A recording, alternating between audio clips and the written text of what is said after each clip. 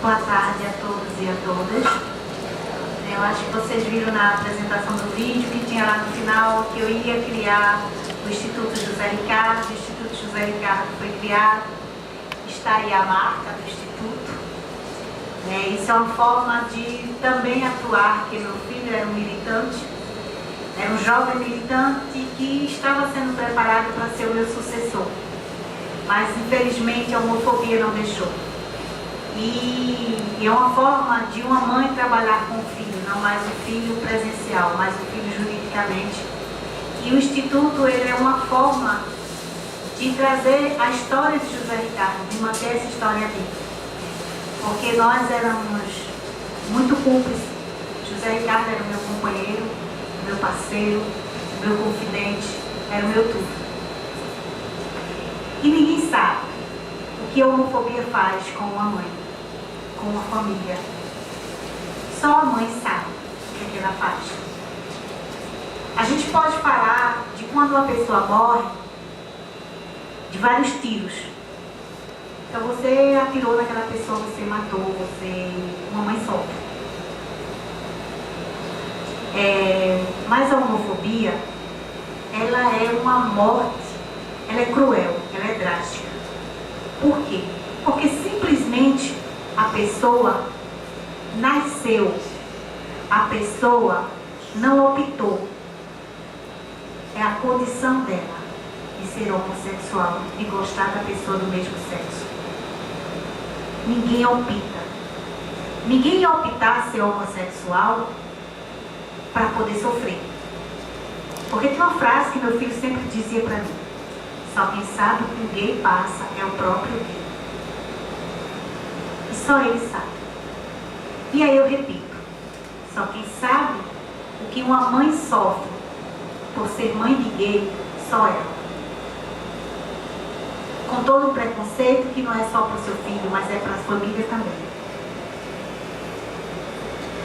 Eu aprendi muito com José Ricardo desde a sua infância. Quando José Ricardo chegou para mim e revelou que era homossexual, eu já sabia, não precisava ninguém me dizer. E eu fui uma mãe que sempre cuidei, estava perto dos seus filhos. Eu via as brincadeiras, José Ricardo fazer boneca. Aqui no interior do sertão todo mundo sabe, aquelas bonequinhas de milho na época. O pai era caminhoneiro e na época junina ele carregava milho. E aí chegava com milho e as bonequinhas de milho no caminhão, ele subia, pegava e fazia as bonequinhas de milho. Gostava de fazer roupas de boneca, com papel crepom, com fitas. E eu sempre via. Só que a gente brigava muito porque eu sujava muito meus tapetes com os cabelos de milho. Era a nossa briga. Mas nunca fui impedido de brincar de boneca. Ele tinha carro, ele tinha todos os brinquedos que qualquer criança podia brincar. Mas ele optava muito brincar com boneca. E nunca foi impedido. Nunca levou uma reclamação por estar brincando com boneca. Sempre foi aceito. Porque eu criei os meus 3 filhos da mesma forma, sempre respeitando a vontade deles. Nunca invadi privacidade. Nunca quis dizer, quando eu percebia os trejeitos de José Ricardo, eu percebia os gostos de José Ricardo, eu nunca cheguei a perguntar a José Ricardo: você é gay? Nunca. Porque eu achava que tinha esse momento dele chegar, o momento de dizer para mim. E chegou esse momento. Esse momento foi mágico. Foi um momento onde eu estava no meu quarto, depois do almoço, no final de semana, e ele chega com um bilhetinho pequenininho e põe na cabeceira da minha cama. Ele pensava que eu estava dormindo. Mas aí quando eu vi, eu senti o vulto passar no meu quarto e saí. E aí eu me virei, peguei o bilhetinho, tinha lá: manhinha, eu sou gay. Só isso. Né? Aí aquilo assim, coisas que eu já sabia. E não, pra mim não foi impacto, não foi a coisa tenebrosa. Aí eu fiz: Ricardo. Aí ele veio todo desconfiado. Aí ele: sim. Aí eu: Ricardo, é isso que você quer? Aí ele fez: é. Eu conversei com meu professor e meu professor disse que eu tinha que lhe dizer. Aí eu disse assim, mas é isso que você quer mesmo? Aí ele disse, é. E eu percebi naquele momento que eu estava ali diante do meu filho maduro, seguro do que queria mesmo. Era assumir a sua homossexualidade. E jamais como mãe atuante, eu jamais eu poderia dizer ao meu filho, não, você não vai ser gay. Isso é mentira. Não. Eu simplesmente, a primeira coisa que veio foi minha preocupação. Porque eu já atuava com vários grupos de homossexuais, eu já tinha vários amigos. E na época que ele me revelou, foi na época que a gente tinha o estado, e ainda hoje a gente tem o estado onde se mata mais homossexual. E a violência era muito grande. E não se falava de homossexualidade. Não se falava de homofobia. Não tinha discussão de debate de política pública para homossexuais. E foi o meu medo. O meu medo porque eu já tinha visto vários amigos morrer. E aí eu disse, e agora? Para mim. Mas mesmo assim, José Ricardo seguiu. E a única coisa que eu tinha que fazer era apoiar meu filho naquele momento.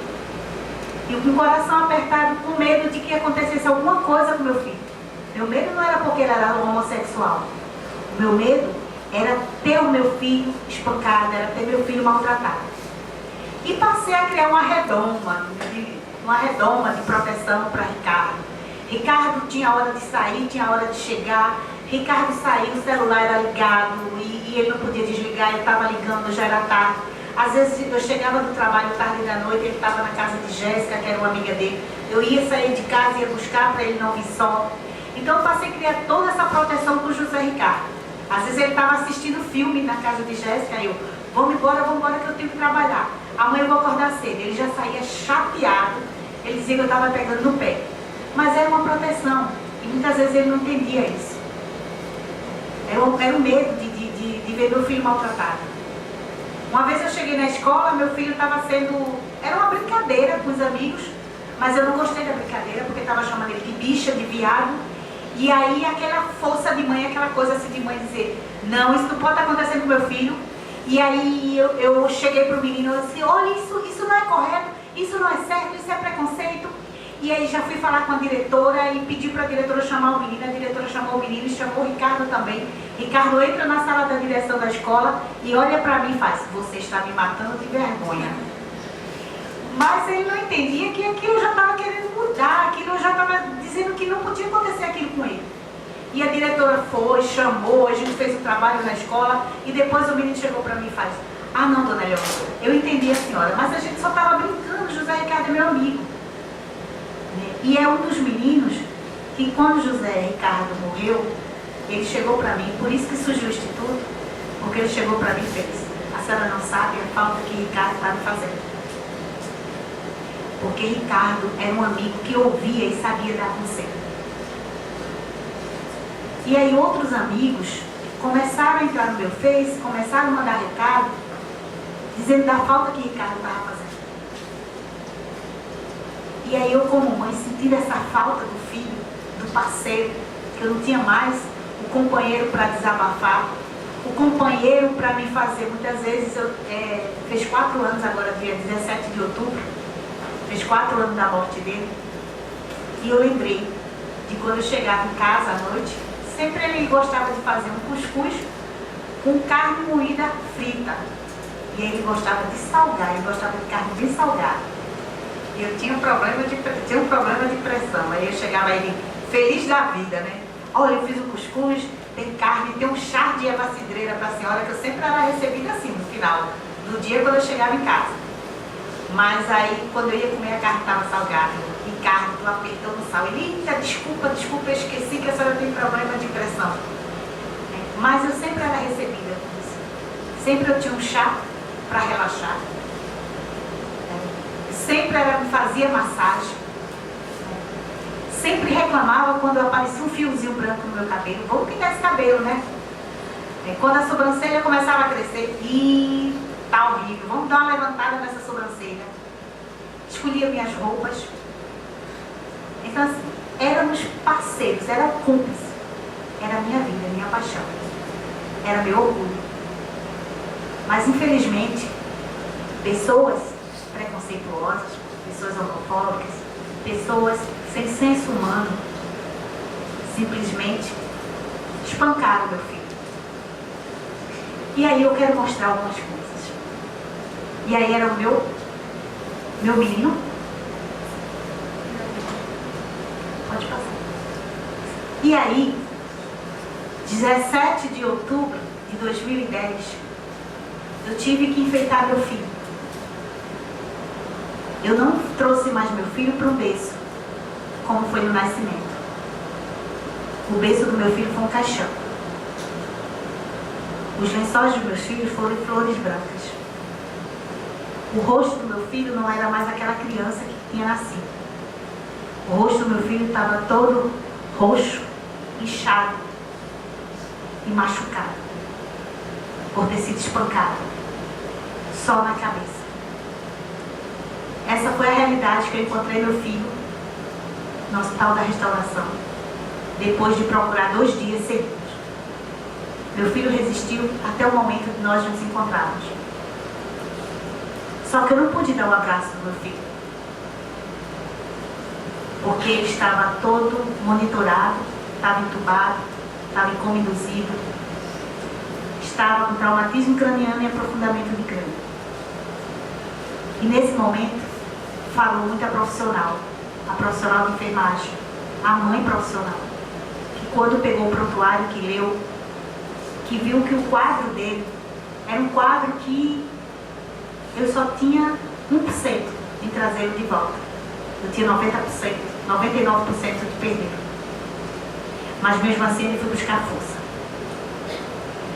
E aí foi quando eu coloquei meu filho no último local dele. Não foi numa casa. Feliz, todo mundo feliz com a chegada de um bebê. Mas sim todo mundo triste com a despedida, com a partida.